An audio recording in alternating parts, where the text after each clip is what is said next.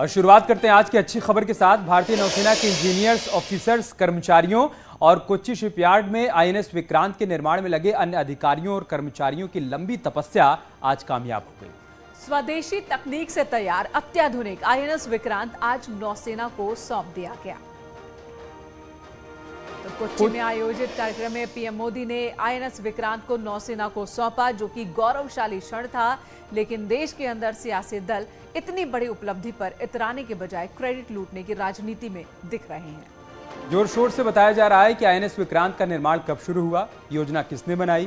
कहा जा रहा है कि इसमें सिर्फ मोदी सरकार का हाथ नहीं है, पूर्ववर्ती सरकारों, खासकर यूपीए सरकार को भी क्रेडिट मिलना चाहिए। लेकिन सवाल है, क्या ये इतना जरूरी है?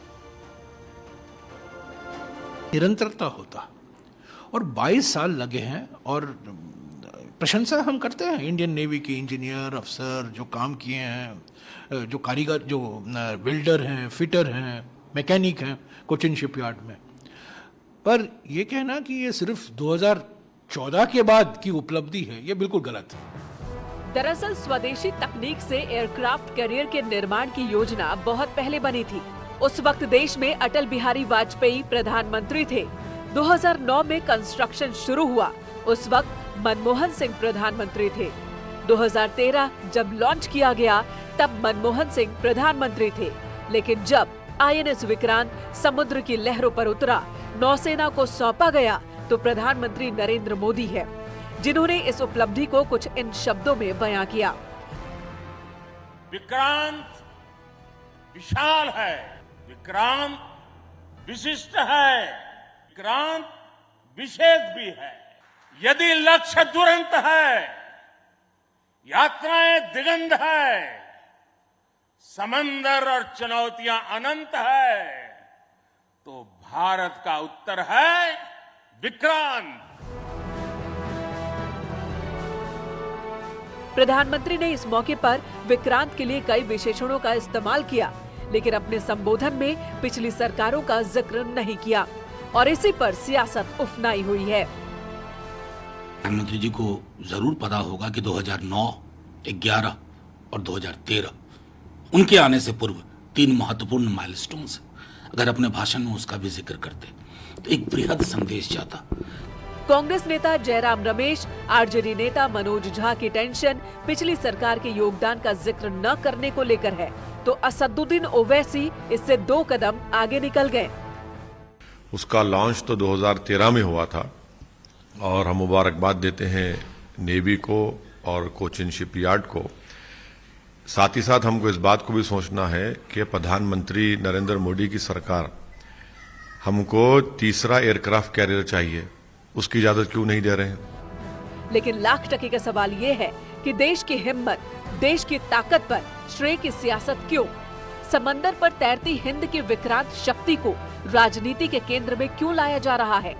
ये वो सवाल हैं जिनका जवाब देने के लिए कोई भी राजनीतिक दल तैयार नहीं। Bureau report, news 18।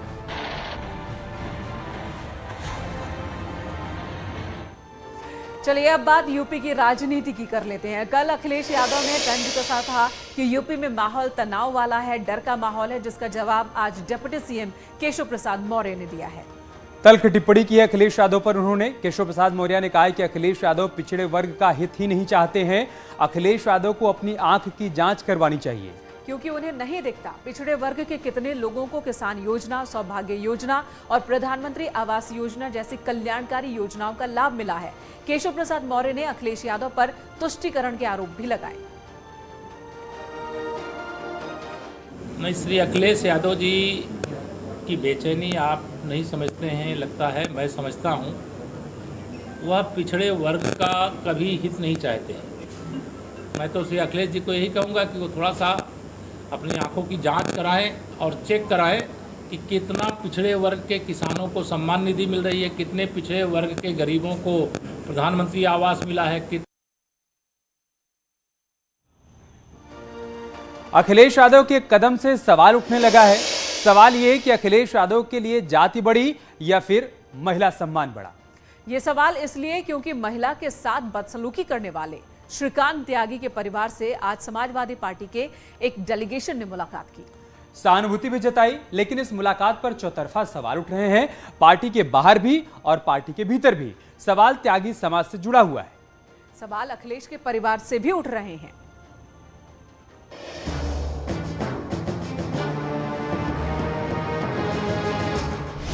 गालिबा श्रीकांत त्यागी जेल में हैं और बाहर सियासत जारी है। श्रीकांत त्यागी के समर्थन में धरना दिया जा रहा है। समाजवादी पार्टी को भी उम्मीद थी कि श्रीकांत त्यागी का समर्थन पश्चिमी यूपी में उसकी जमीन मजबूत करेगा, लेकिन दांव उल्टा पड़ गया। त्यागी समाज के अंदर से समाजवादी पार्टी का विरोध शुरू हो गया। सब समझ रहे, उसे तो मैं भी समझ रहे जो चाह रहे भाई। अगर इतनी वो होती तो ये पार्टी वाले उस दिन कहाँ थे? उस दिन ये सब जो उत्पीड़न हो रहा था कोई नहीं बोला। आज पूरे देश में ताकत का एहसास हो गया, पता लग गया कि सारा समाज जुड़ गया, तो हम इसको राजनीतिक मंच नहीं बनने देंगे। दरअसल समाजवादी पार्टी का प्रतिनिधिमंडल आज श्रीकांत त्यागी के परिवार से मिलने पहुंचा था। आरोप लगाया गया कि बीजेपी सरकार श्रीकांत त्यागी और उसके परिवार के साथ गलत कर रही है, लेकिन पहले मेरठ से त्यागी समाज ने विरोध किया, फिर समाजवादी पार्टी के अंदर से आवाज उठने लगी। एसपी नेता के अखिलेश यादव को लिखे पत्र की आखिरी 4 लाइनों से साफ है कि पार्टी नेता ही अखिलेश यादव के इस कदम से सहमत नहीं है। भाई एक ही का सब चीज तोड़ दी गई है, यहाँ तक कि उसका जो बाथरूम लैट्रिन तक का तोड़ दिया गया। सब 299 और भी है उसमें, उनका भी जो है टूटना चाहिए। तो त्यागी समाज सवाल उठा रहा है, पार्टी के नेता सवाल उठा रहे हैं, सवाल घर के अंदर से भी उठ रहे हैं। मुलायम सिंह यादव की छोटी बहू अपर्णा यादव ने समाजवादी पार्टी की मानसिकता पर सवाल उठाए हैं। विपक्ष पे जितने लोग हैं उन्होंने पहले ये बात बोली थी कि भाई त्यागी जी भारतीय जनता पार्टी के नेता हैं, उन्होंने इस प्रकार का आचरण क्यों किया, इस तरीके की भद्दी टिप्पणी क्यों करी। जब भारतीय जनता पार्टी ने उनकी तरफ एक्शन लिया, जब उनकी गिरफ्तारी हुई, तो उनकी ही पत्नी की तरफ जो है वो लोग डेलीगेशन भेज रहे हैं। तो मैं समझती हूँ कि ये दोहरा चेहरा, समाज बहुत ज़्यादा मुझे लगता है कि समझदार है। श्रीकांत त्यागी का समर्थन और प्रतिनिधि मंडल भेजने पर समाजवादी पार्टी चौतरफा घिरी है। वो जिस तरीके की राजनीति कर रहे हैं विपक्ष के लोग, और जो उनकी स्थिति हो रही है उससे साफ स्पष्ट है कि उनकी राजनीति की दिशा क्या है, उनका सोच क्या है और उसका परिणाम क्या मिलता है। फिलहाल श्रीकांत त्यागी जेल में है, त्यागी समाज धरना दे रहा है और सड़क पर सियासत जारी है। Bureau report, news 18।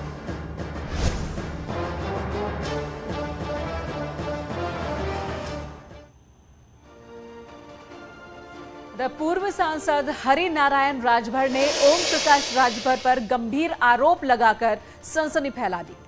Harinarayan Rajbhar का यह आरोप है कि ओपी राजभर ने अब्बास अंसारी को छिपाया है। वहीं अरविंद राजभर का यह कहना है कि हरिनारायण राजभर बौखला गए। तो पूरा विश्वास है कि अब्बास अंसारी को ओम प्रकाश राजभर ही अपने घर में छिपाया होगा, और इसके घर पर छापामारी हो तो शायद अब्बास अंसारी के मिलने का सुराग मिल सकता है, या तो वही गिरफ्तार भी हो सकते हैं, या तो उनको मिलने का सुराग मिल जाएगा। कैसे? उनका वही संरक्षक है, ओम प्रकाश राजभर ही संरक्षक है, वही संचालन करता है, वो सारी गतिविधियों का वही संचालन करता है। अब उसके ही कहने पर मुख्तार अंसारी और अब्बास जो है काम करते हैं, क्योंकि ये आपराधिक ताना बाना जो है उन लोगों का ओम प्रकाश राजभर ही बनाता है। इसलिए ओम प्रकाश राजभर के घर छापा मारकर उनका गिरफ्तार करना चाहिए, और ओम प्रकाश राजभर को सबसे पहले जेल भेजना चाहिए। सारे भंडाफोड़ हो जाएगा। ओम प्रकाश राजभर जिस दिन जेल गया, उसको जिस दिन टच किया गया, उस दिन सारे पूर्वांचल के आपराधिक प्रवृत्तियों का पर्दाफाश। आरोप लगाया। उन्होंने कहा है कि पुलिस अब्बास अंसारी को ढूंढ रही है, असल में वो सुभाषपा के विधायक हैं और सुभाषपा नहीं उन्हें संरक्षण देकर के कहीं छुपा कर रखा है। देखिए, हम किसी को संरक्षण और किसी को छुपाने का हमारा काम नहीं। अगर हम किसी को छुपा रहे हैं तो पुलिस आवे ना हमको खोजे। हम तो आपके सामने खड़े हैं, और जिसको खोजना है, जिसको पकड़ना है, वो नहीं तय करेंगे कि उनको पता है। अगर पता है तो वो आकर काहे नहीं बता देते कि यहाँ इसी कमरे के नीचे छुपे हुए हैं या इसी रजाई के अंदर इनको बंद किया गया है। वो ये नहीं बता पा रहे हैं। बोल देना आसान है, क्योंकि मैं व्यक्ति चढ़ाया रहता है, टेम्परेचर इस समय 46 वाला, शायद 46 से बढ़ के 52 हो गया होगा। तो जितना बढ़ा कर लेते हैं और उतना बढ़ा कर बोल देते हैं, वो खुद नहीं उनको पता होता है कि मैं बोल क्या रहा हूँ। उत्तराखंड विधानसभा भर्ती मामले में सरकार बड़े एक्शन की तैयारी कर रही है। वहीं अब मांग ये उठने लगी है कि सभी नेताओं के रिश्तेदार बाहर हों। बिल्कुल, उन नेताओं को भी बाहर किए जाने की मांग उठ रही है जिनके करीबियों को बैकडोर से एंट्री मिली है, और सब पर केस दर्ज किए जाने की भी मांग कांग्रेस की तरफ से उठाई जा रही है।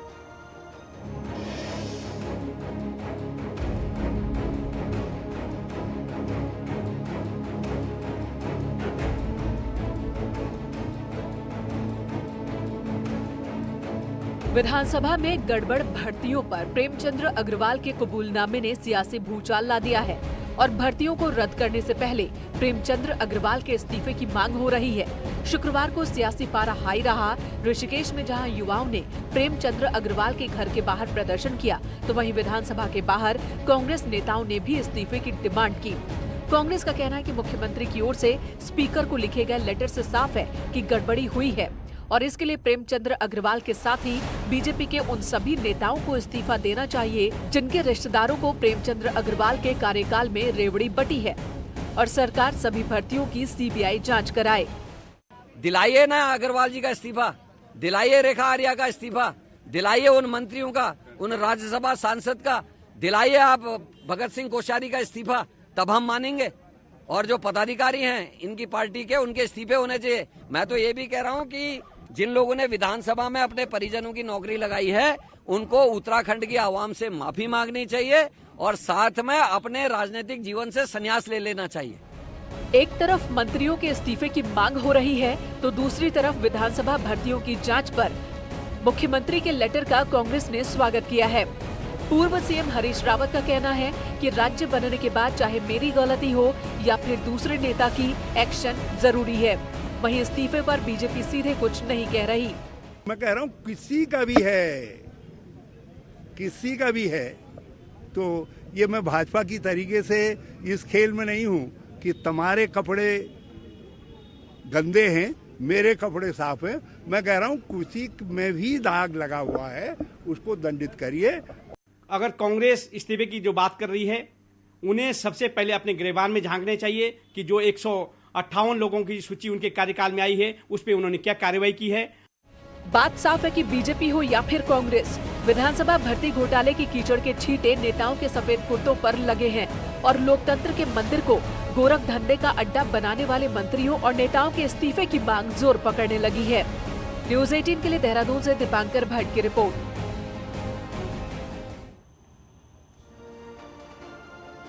और इधर पेपर लीक मामले के बाद अब जांच की आंच उत्तराखंड की 5 यूनिवर्सिटीज पर भी आ गई है, जिसके लपेटे में बीजेपी और कांग्रेस दोनों ही पार्टियां हैं। क्योंकि सरकार किसी की भी हो, लेकिन विश्वविद्यालय में बिना सिफारिश नौकरी मिलना नामुमकिन ही रहा है।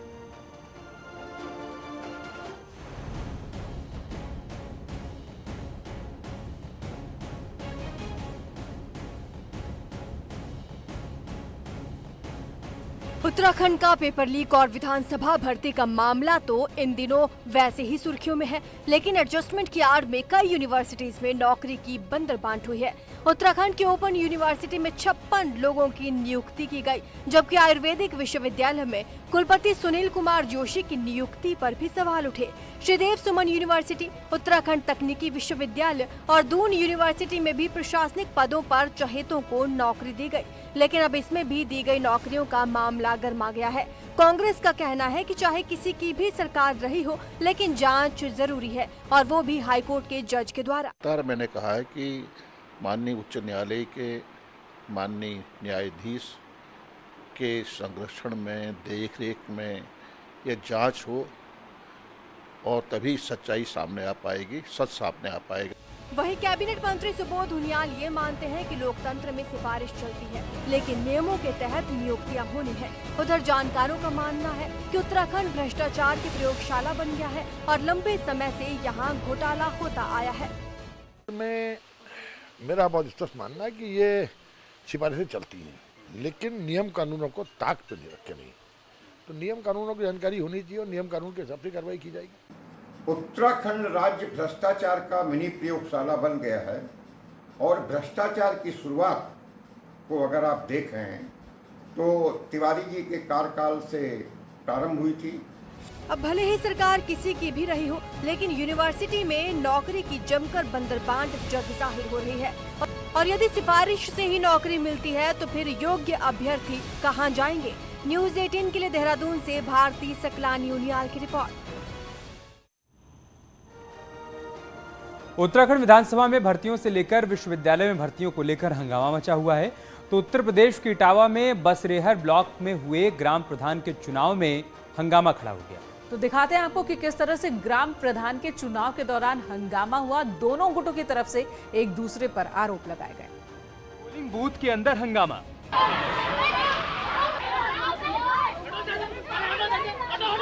पोलिंग बूथ के बाहर हंगामा,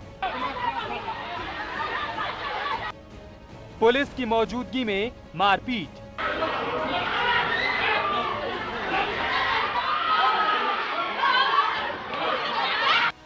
कोई सीढ़ियों से गिरा, किसी का सिर फूटा, किसी को गंभीर चोट आई।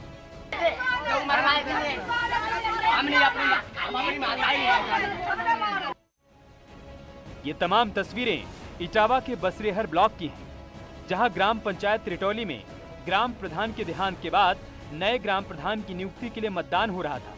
लेकिन वोटिंग शुरू होते ही पोलिंग बूथ पर हंगामा मच गया।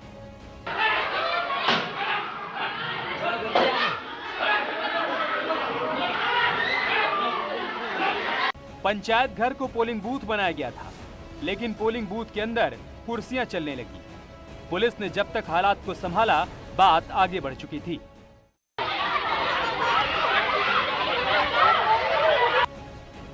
दिलचस्प बात यह है कि जब पोलिंग बूथ के भीतर हंगामा हो रहा था, विकासखंड बसरेहर के अधिकारी वहां से चलते बने। अब आरोप लग रहा है कि हंगामा और अधिकारियों का चले जाना चुनाव टालने की साजिश का हिस्सा था।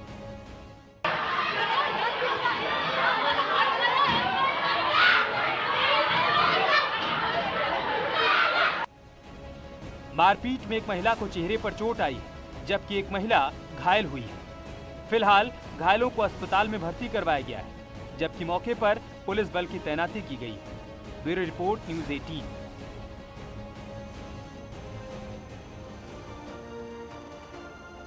और इसी बीच प्रतापगढ़ से बड़ी खबर आ रही है। यहाँ पर मंत्री आशीष पटेल की गाड़ी पर एक पोल गिरा है। हादसे में बाल बाल बचे हैं आशीष पटेल।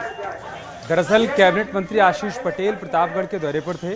जैसे ही वो अपना दल एसके सदस्यता अभियान के कार्यक्रम में शामिल होने के लिए शहर के प्लाजा पैलेस पहुंचे, वैसे ही अपना दल के कार्यकर्ता उनकी गाड़ी को देखकर उत्साहित हो उठे, जिसके बाद प्लाजा पैलेस के अंदर जाते समय गेट पर लगे लाउड स्पीकर का स्टैंड कैबिनेट मंत्री की गाड़ी पर ही गिर पड़ा। आप सबसे सर्वत्र निवेदन है, हाथ जोड़ करके निवेदन है, बहुत बहुत धन्यवाद मित्रों, भाइयों। इधर लखनऊ में 4 साल के बच्चे पर कुत्तों ने हमला कर दिया, जिसकी हैरान करने वाली तस्वीर सामने आई है। 3 कुत्ते बच्चे पर हमला करते हुए दिख रहे हैं। दूसरी तरफ एक लड़की बच्चे को कुत्तों से बचाती भी आपको नजर आ रही होगी। इस हमले में मासूम को चोट भी पहुंची है, जिसके बाद उसे अस्पताल में भर्ती करवाया गया। तो वहीं दूसरी तरफ बच्चे के पिता ने कुत्ते के मालिक पर मुकदमा दर्ज करवाया है। घटना पीजीआई थाना के लेक गार्डन की बताई जा रही है, जहां की तस्वीरें इस वक्त आप देख पा रहे हैं।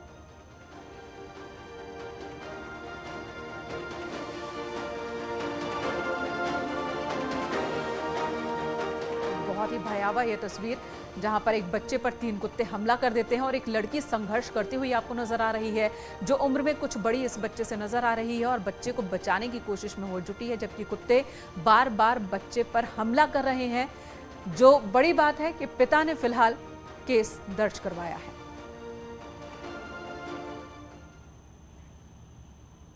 और अगली खबर मेरठ से, जहां पर मेरठ की रहने वाली नज़मा का कहना है कि बीमारी की वजह से उसका वजन बढ़ रहा है और मोटे होने की वजह से उसका पति उसे तलाक देना चाह रहा है। अब पुलिस इस पूरे मामले की जांच कर रही है कि आरोपों में कितना दम है और साथ ही साथ आगे इसमें क्या कार्रवाई की जा सकती है। रिपोर्ट देखिए।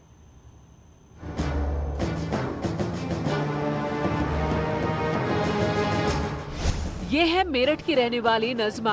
नज़मा का 7 साल का बेटा भी है। नज़मा की जिंदगी ठीक ठाक चल रही थी, लेकिन फिर कुछ ऐसा हुआ जिसके चलते नज़मा की जिंदगी में बड़ा मोड़ आ गया। नज़मा के पति सलमान ने उसे तलाक का नोटिस भेजा है और तलाक की जो वजह बताई है वो बेहद हैरान करने वाली है। नज़मा के मुताबिक उसके पति का कहना है कि वो मोटी हो गई है, इसलिए वो उसे तलाक देना चाहता है। ओवरवेट की वजह से नज़मा का पति उसके साथ नहीं रहना चाहता।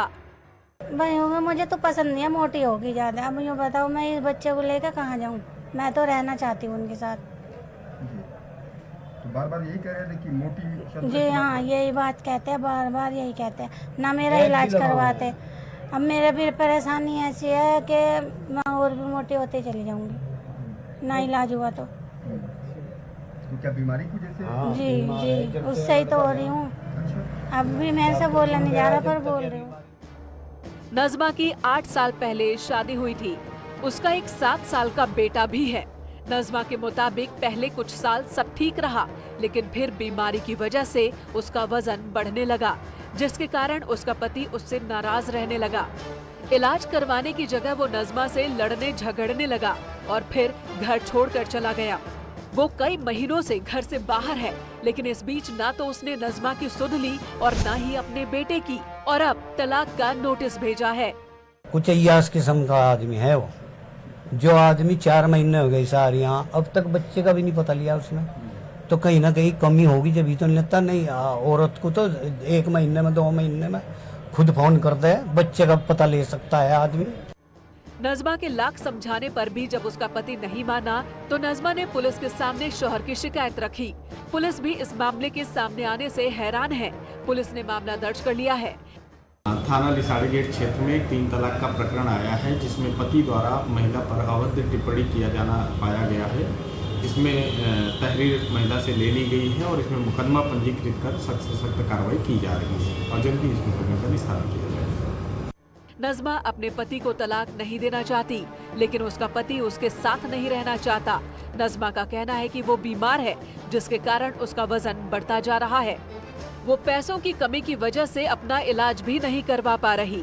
ऐसे में उसके पति ने मोटापे को वजह बताकर तलाक का नोटिस भेजा है, जिससे नज़मा और उसका परिवार बेहद परेशान है और इंसाफ की गुहार लगा रहा है। मेरठ से न्यूज़ 18 के लिए उमेश श्रीवास्तव की रिपोर्ट।